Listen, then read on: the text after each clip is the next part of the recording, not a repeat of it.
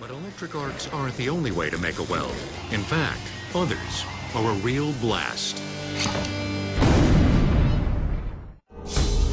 Pennsylvania's Allegheny Mountains, birthplace of American steel.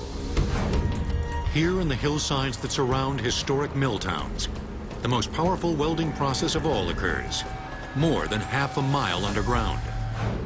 Fire in the hole!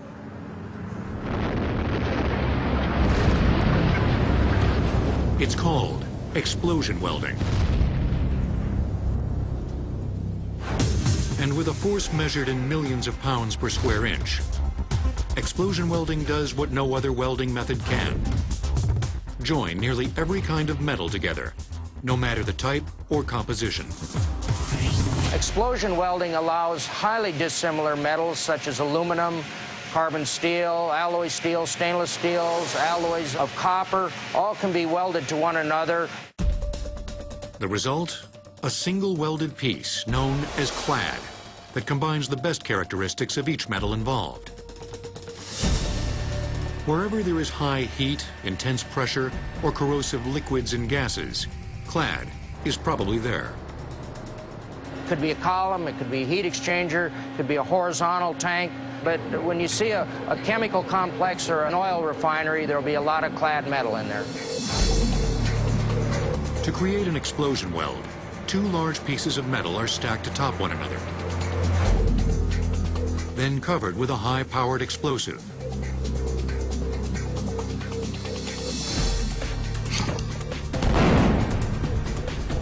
When detonated, the downward force of the explosion welds the two pieces together through a combination of intense force and remarkable physics. What you can see here, and it's very clear, you have two different materials. Stainless steel is a darker gray, a lighter gray for the carbon steel material.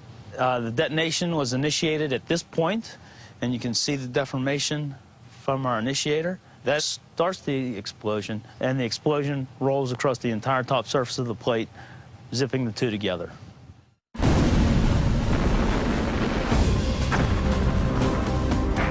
No one would have ever thought such a violent process could be controlled and mastered had it not been for the devastation and havoc of World War I, and later, World War II. The origin of explosion welding was first observed during the First World War when shrapnel may have stuck to armament. It wasn't just stuck, but it was actually welded. There was only one possible explanation: the explosive force these metal pieces had endured. It was an observed phenomenon that was later duplicated in the laboratories and practiced commercially. Today, Dynamics Materials Corporation is a world leader in explosion welding technology. Here, the decades-old discoveries from the battlefield have been refined into an exacting science. The explosion welding process begins as soon as the two metal plates arrive at DMC's main plant outside of Pittsburgh, Pennsylvania. To maximize the welding force of the explosion, the surfaces of each plate are ground as uniformly flat as possible, a process that also removes any rust, oxides, and other surface flaws. They're then ready to be assembled into the pack, which locks the plates into position for the explosion. To build a pack, the stronger and thicker of the two plates is laid face up. From now on, this plate will be identified as the backer. Small metal spacers of equal height are then tacked onto the surface of the backer in a uniform grid. These spacers will maintain a set gap between the backer and the second plate, which is placed on top. This second plate is thinner than the backer and is called the cladder. The standoff gap between the backer and cladder is less than an inch in height. Yet without it, the explosion weld would be impossible. In the final stage of assembling the pack, a folding wooden frame is constructed along the edges of the cladder. When this frame is later unfolded inside the underground explosion chamber, it serves as the bed for the explosive powder that is poured on top. The three essential variables of an explosion weld are, first, the standoff gap, the spacing between the two metals needs to be very tightly controlled to ensure the highest quality weld. The second two parameters deal with the explosive. One is the velocity of the explosive, the speed at which it burns, and the height of the bed or the quantity of explosive which is evenly spread on the top plate. The explosive powder is a proprietary blend of common and unique explosive chemicals. The amount and exact formulation is always matched to the types of metal involved.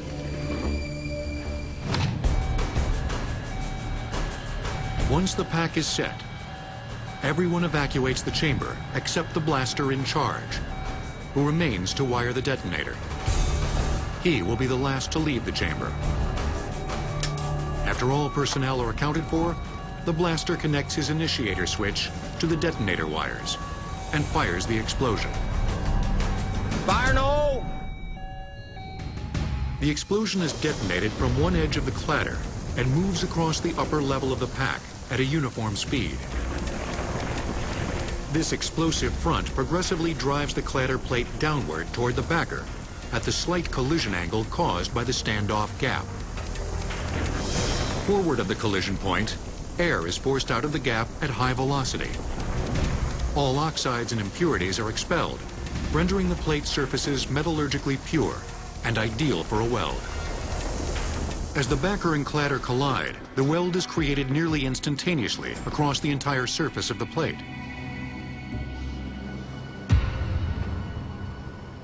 Because of the intense dust created by the explosion, workers can't retrieve the newly formed clad from the explosion chamber for more than 18 hours. Not surprisingly, the power of the explosion can cause significant deformation to the newly formed clad. Therefore, upon its return to DMC's central processing facility, the clad undergoes a final series of corrections.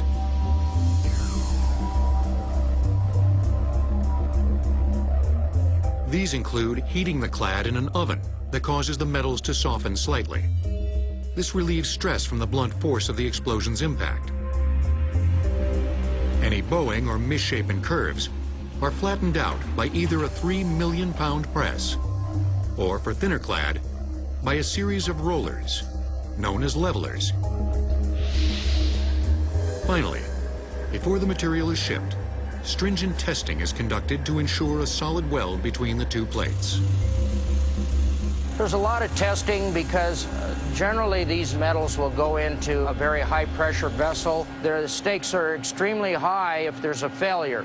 So the owners of big plants in chemical manufacturing and oil refineries are extremely concerned that their materials are what they ordered and specified. There's really no room for error. Once the material has been proven to meet exacting specs, it's ready to be shipped to the customer.